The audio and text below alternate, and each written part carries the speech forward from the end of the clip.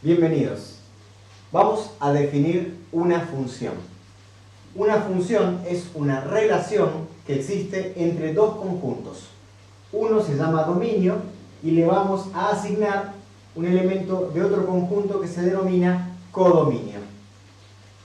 Entonces, si escribimos tres números, menos 3, 5 y 3, y decimos que la función es el cuadrado del número, al menos 3 le vamos a asignar el 9, al 5 le asignamos el 25 y al 3 también le asignamos el 9. Las funciones tienen lo que se denomina condición de unicidad.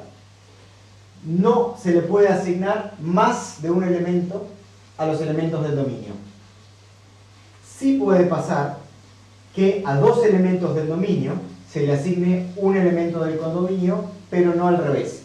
No puedo decir que el cuadrado de 5 es 25 y otro número. No puedo. Bien, para entender esta función se suele realizar un gráfico que muestra la relación. Por eso, para graficar esta función chiquita que acabo de escribir acá, tenemos que hacer un eje de abscisas, un eje de ordenadas, ponerle nombre a las variables x e y, típicamente, y definir los valores del dominio de la función. Los que están anotados acá son solamente menos 3, 3 y 5. Ese es el conjunto, tres elementos. Así que, si anotamos la correspondencia, menos 3 con el 9, 3 con el 9, 5 con el 25. Gráficamente, esta función solo son 3 puntos.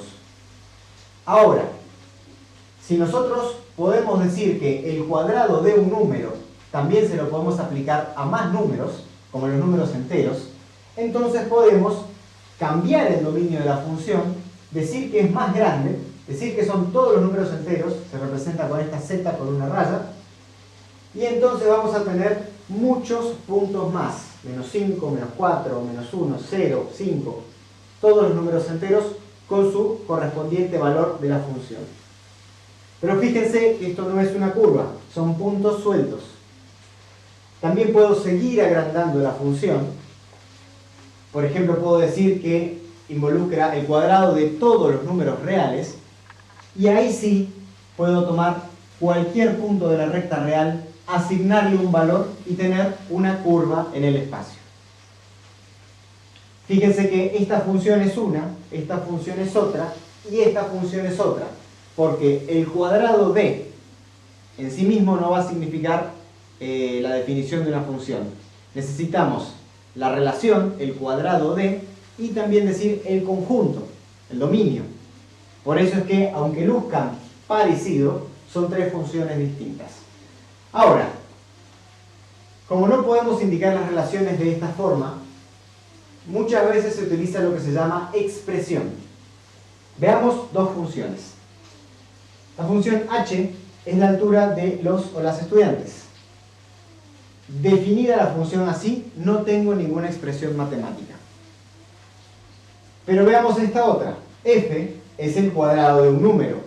Definido así, tenemos la expresión x al cuadrado o cualquier número al cuadrado, y por lo tanto podemos expresar la función de manera completa como f es la función con dominio real y codominio real, tal que la función de x, que es un número, es ese número al cuadrado. Esa es la simbología utilizada para definir completamente la función. La función que estamos definiendo acá es esta, la que tiene como dominio todos los reales. Las otras son distintas. Último elemento que analizamos hoy es la tabla de valores. Cuando tenemos o no tenemos expresión, una función siempre puede tener tabla de valores, que no es nada más y nada menos que esto, pero escrito en una tabla. Vamos a colocar elementos del dominio y los elementos correspondientes del codominio. Hagamos la tabla de valores de la función h, ya que no teníamos una expresión. Si un estudiante es Pedro, podemos calcular h de Pedro, que sería la altura de Pedro, en centímetros, y decimos que es 167. Lo mismo podemos hacer con Laura, h de Laura 151, h de Ariel 160. Y ahí tenemos nombrados distintos valores de la función. El problema que suele tener la tabla de valores es que, si bien es muy clara, solamente me permite anotar valores finitos, algunos valores. Y muchas funciones tienen infinitos valores posibles.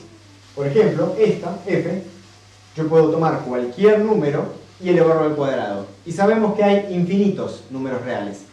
Así que, con estas distintas herramientas, tabla de valores, expresión, gráfico y el concepto de función, vamos a explorar en los siguientes módulos distintas propiedades de las funciones.